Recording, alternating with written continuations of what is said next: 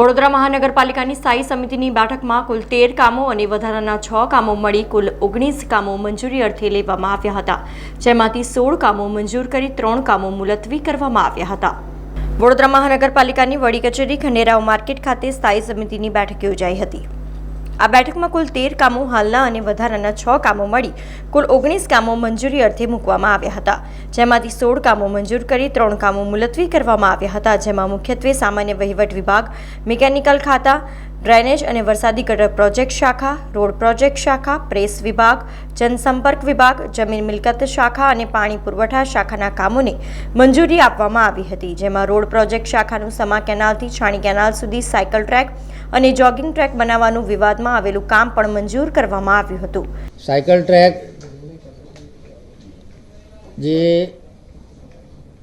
સમાથી છાણીનો canal road છે, લગભગ 30 મીટરનો રોડ છે, 9 મીટરના કેરેજવે છે, એને સમાંતર કેનાલ બાજુ ખાલી જગ્યા પડી છે। એની બાજુમાં જે ભૂખીકાસ ઓવરફ્લો થાય તો એ પાણીના નિકાલ માટેની એક વરસાદી કાંસ છે, કાચી કાંસ છે, એની રિટેનિંગ વોલ બનાવી અને રોડ અને રિટેનિંગ વોલની વચ્ચેની જે જગ્યા છે એમાં સાયકલ ટ્રેક અને જોગિંગ ટ્રેક બનાવવાનું કામ આવ્યું છે, જેમાં IOCL CSR એક્ટિવિટીમાં 3 કરોડ રૂપિયાનું ફંડ આપણને આપ્યું છે। એટલે સાયકલ ટ્રેક અને એ છે એ CSR એક્ટિવિટીમાંથી થવા જનાર છે।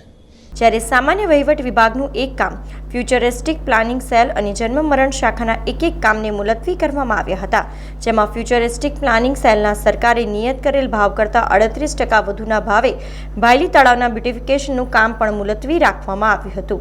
ભાયલી તળાવ છે, ભાયલી તળાવનું ડિમાર્કેશન, ભાયલી તળાવની આજુબાજુ આવેલી ઝૂંપડપટ્ટી, ભાયલી તળાવમાં બાયોડાયવર્સિટી સાથે કોઈ સુધારા વધારા કરી અને ફક્ત RCCનું કામ કરી એના બદલે એની સુંદરતા વધે એ પ્રકારના સૂચનો પણ અમુક સભ્યો દ્વારા આવ્યા।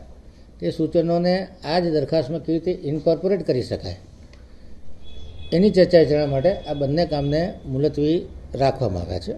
ઘણી વખત જે પરસેપ્શન બનતા હોય છે કે કામગીરી કોન્ટ્રાક્ટર મોડા કરે છે, ઘણી વખત VMC તરફથી બી જગ્યાનું ડિમાર્કેશન કરવું, કોઈ દબાણો હોય દૂર કરવામાં વિલંબ થયો હોય, એના માટે સ્ટોપેજ આપેલા હોય, તો તમામ વસ્તુની બારીકાઈથી તપાસ કરી અને શહેરના હિતમાં જે સારામાં સારું કિફાયતી ભાવે અને સારામાં સારું કામ થાય એ પ્રકારની કોશિશ સ્થાયી સમિતિના તમામ સભ્યો ભેગા મળીને કરીશું। કપૂરાય તળાવમાં જે પ્રકારના કોન્ટ્રાક્ટ પર આક્ષેપ થયા હતા એ બાબતની તપાસ કરવામાં આવી હતી અને અધિકારીઓએ કીધું કે કામકાજમાં બહુ વધારે પડતી નેગ્લિજન્સ નથી લાગતી, પરંતુ હજુ એની તપાસ કરી અને શું પેનલ્ટી લીધી મારા ધ્યાનમાં નથી, તપાસ કરી અને આપને જાણ કરીશું। ત્યારે આ બેઠક અંગે વધુ માહિતી સમિતિના અધ્યક્ષ ડોક્ટર શીતલ મિસ્ત્રીએ આપી હતી। આજે સ્થાયી સમિતિની બેઠકમાં 13 જેટલા રેગ્યુલર કામો ચડાવવામાં આવ્યા હતા અને 6 જેટલા વધારાના કામો ચડાવવામાં આવ્યા હતા। ખાસ કરીને વાત કરીએ તો સામાન્ય વહીવટ વિભાગ દ્વારા ખોરાક શાખામાં દરેક વોર્ડ વાઇઝ એક ફૂડ સેફ્ટી ઓફિસર હોય અને સિનિયર ફૂડ સેફ્ટી ઓફિસર 4 ઝોનના 4 જે ખાલી પડે જગ્યા છે મહેકમને મંજૂરી આપવામાં આવી છે। Municipal commissioner, assistant municipal commissioner વર્ગ 1ની જગ્યા માટે જે અમારી જૂની ક્રાઇટેરિયા હતા, સિલેક્શન ક્રાઇટેરિયા આંતરિક અને બાહ્ય ભરતીના, એમાં સુધારા વધારા કમિશનર સૂચવ્યા છે।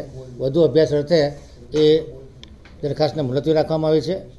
Sub sanitary inspector Amit Kumar Govindbhai મહેરિયાને જ્યાં સુધી નવી નિમણૂક સેનેટરી ઇન્સ્પેક્ટરની ન થાય ત્યાં સુધી એમને આપવાપાત્ર ભથ્થા આપવાની દરખાસ્તને મંજૂરી આપવામાં આવી છે। જે ભાડાની બસ ગાડી ફિક્સ ટ્રીપ માટે લેવાની હતી એ કામને મંજૂરી આપવામાં આવી છે। ભાયલી તળાવના નવીનીકરણના કામને મુલતવી રાખવામાં આવ્યું છે। વોર્ડ નંબર 4માં હેમદીપ સોસાયટી 4 રસ્તા થઈ કૃષ્ણાનગર, ચામુંડાનગર, ખોડિયાનગર વિસ્તારમાં 30 મીટરના રસ્તા પર વૈકુંઠ સોસાયટી તરફ નવીન ડ્રેન નળિકા નાખવાના કામને 19.86%ના ભાવપત્રકને મંજૂરી આપવામાં આવી છે। કામની ટોટલ કોસ્ટ 2,26,72,913 રૂપિયા થનાર છે। વડસર પમ્પિંગ સ્ટેશનથી જાગનાથ સ્મશાન પમ્પિંગ સ્ટેશન સુધીની જે પ્રેશર લાઇનમાં ભંગાણ થયું હતું 67(3)C હેઠળ આ કામ 1,53,184 વત્તા GSTના કામે કરવામાં આવ્યું હતું, એને જાણમાં લેવામાં આવ્યું છે।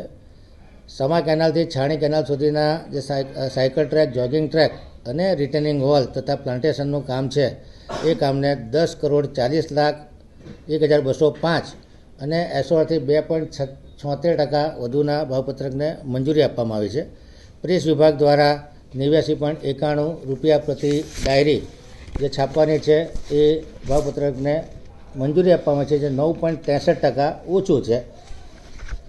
કુલ 30,000 ડાયરીઓ છપાવવા અને ડાયરીની વેચાણ કિંમત નક્કી કરવા માટેની દરખાસ્તને સામાન્ય સભાની મંજૂરીની અપેક્ષાએ મંજૂર કરવામાં આવ્યું છે.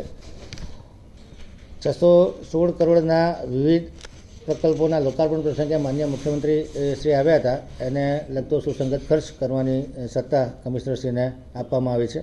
આ બેઠકમાં સ્થાયી સમિતિના સભ્ય હિમિશાબેન ઠક્કરે વિશ્વામિત્રી પ્રોજેક્ટ અંગે થનારા પ્લાનિંગ અંગે રજૂઆત કરી હતી. સાથે જ આ પ્લાનિંગ સ્થાયી સમિતિમાં રજૂ કરવામાં આવે તેમ જણાવ્યું હતું. વિશ્વામિત્રી પ્રોજેક્ટનું અત્યારે સ્ટેટસ શું છે? હવે આમ જોવા જઈએ તો આપણે 4 થી 5 મહિનામાં મોન્સૂન ફરી સ્ટાર્ટ થવાનું છે સિઝન. તો અત્યારે જે પણ તમે લોકો જે પણ પ્લાનિંગ કર્યું છે તો એ પ્લાનિંગ અમારી સ્ટેન્ડિંગ કમિટી પાસે રજૂ કરો. તમે અત્યારે કયા સ્ટેજ પર છો અને કામગીરી ક્યારે સ્ટાર્ટ થશે એની આજે અમે કમિશનર સાહેબ પાસે અમે પ્રશ્ન પૂછ્યો છે. અને જે પણ તમે લોકો જે પણ હવે અત્યારના લેવલ પર જે પણ તમે પ્લાનિંગ કરી રહ્યા છો, નવલાવાલા સાહેબ સાથે બી એ લોકોએ મિટિંગ કરી છે. તો એ મિટિંગ દરમિયાન પણ જે પણ પ્રેઝન્ટેશન થાય, જે પણ અપડેટ હોય, જે પણ કામગીરી માટેનું આયોજન હોય એ અમારી સ્ટેન્ડિંગ કમિટી સમક્ષ રજૂ કરે એવી અમે આજે રજૂઆત કરી છે. સાથે જ તેમણે તેમના વિસ્તારના અન્ય કેટલીક સમસ્યાઓ અંગે રજૂઆત કરી હતી. બીજા અમારા વિસ્તારમાં જે પણ એક ટ્રાફિકની પોલિસી છે, જે લારીઓ રસ્તા જે દબાણોનો વિષય છે અને જે લારીઓ માટેની એક પોલિસી બનવી જોઈએ એના માટેની ચર્ચા વિચારણા કરી કે વડોદરા શહેરમાં એક નોન હોકિંગ ઝોન કેવા હોવા જોઈએ, એમાં કઈ કઈ વસ્તુનું એડ કરવું જોઈએ. જેમ કે સર્કલો હોય, સર્કલોના 50 થી 100 મીટરની વચ્ચે કોઈ લારી ગલ્લા ના હોવા જોઈએ. ધાર્મિક સ્થળો હોય એની પાસે લારી ગલ્લા ના હોવા જોઈએ. એ બધી અમે રજૂઆત કરીશું. સમાચારોના સતત અપડેટ માટે TNN ન્યૂઝને YouTube પર સબસ્ક્રાઇબ કરી બેલ આઇકોન પ્રેસ કરો અને અમારી સાથે જોડાયેલા રહો Facebook, Instagram અને Twitter ઉપર.